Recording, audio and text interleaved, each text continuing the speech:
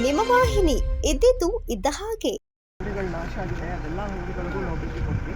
ಎಲ್ಲ ಅಂಗಡಿ ಮಾಲೀಕರನ್ನು ಮಾತಾಡಿಸಿದ್ವಿ, ಆ ಶಾಪ್ಕೀಪರ್ಸನ್ನು ಮಾತಾಡಿಸಿದ್ವಿ. ಮಾತಾಡಿಸಿದಾಗ ನಮ್ಗೆ ಏನು ಅನಿಸ್ತು ಅಂದರೆ ಇದೊಂದು ಸೆಲೆಕ್ಟಿವ್ ಪರ್ಟಿಕ್ಯುಲರ್ ಪ್ಯಾಟರ್ನ ಫಾಲೋ ಮಾಡಿದ್ದಾರೆ.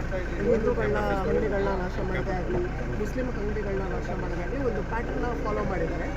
ಮೊದಲೇ ಹೇಳಿದಾಗೆ ಒಂದು ಅಂಗಡಿ ಸುತ್ತಮುತ್ತ ಯಾವುದೇ ಥರದ ಒಂದು ಸ್ವಲ್ಪನೂ ಡ್ಯಾಮೇಜ್ ಆಗಿಲ್ಲ, ಆದರೆ ಒಂದು ಅಂಗಡಿ ಕಂಪ್ಲೀಟಾಗಿ ಸುಟ್ಟೋಗಿದೆ.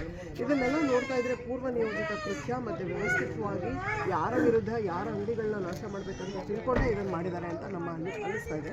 ಮತ್ತು ಅವರು ಉಪಯೋಗಿಸಿರುವಂತಹ ಇವು ವಸ್ತುಗಳನ್ನ ನೋಡಿದ್ರೆ ಇದೆಲ್ಲ ಪೂರ್ವ ನಿಯೋಜಿತ ಕೃತ್ಯ, ಅದೆಲ್ಲ ಆನ್ ದ ಸ್ಪಾಟ್ ಬರೋಲ್ಲ. ಮತ್ತು ನನಗೇನು ಅನ್ನಿಸ್ತು ಅಂದರೆ ಇದೆಲ್ಲ ಗೊತ್ತಿದ್ರೂ ನಮ್ಮ ರಾಜ್ಯದ law and order completely paralysed ಆಗಿದೆ. ನಮ್ಮ ರಾಜ್ಯದ ಗೃಹ ಮಂತ್ರಿಗಳು ಕೊಡ್ತಾ ಇರೋ ಹೇಳಿಕೆಗಳು ನೋಡಿ ತುಂಬ ಬಾಲಿಶವಾಗಿದೆ.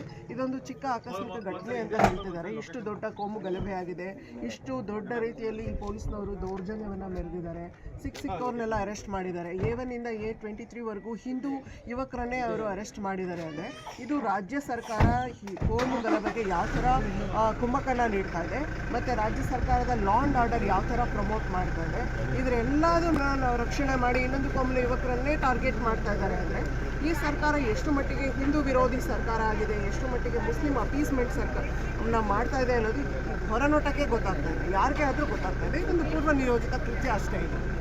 ಸುದ್ದಿ 3 ವಾಹಿನಿಯ ಹೆಚ್ಚಿನ ಮಾಹಿತಿಗಾಗಿ ಸಬ್ಸ್ಕ್ರೈಬ್ ಆಗಿ ಹಾಗೂ ಬೆಲ್ ಬಟನ್ ಒತ್ತಿ.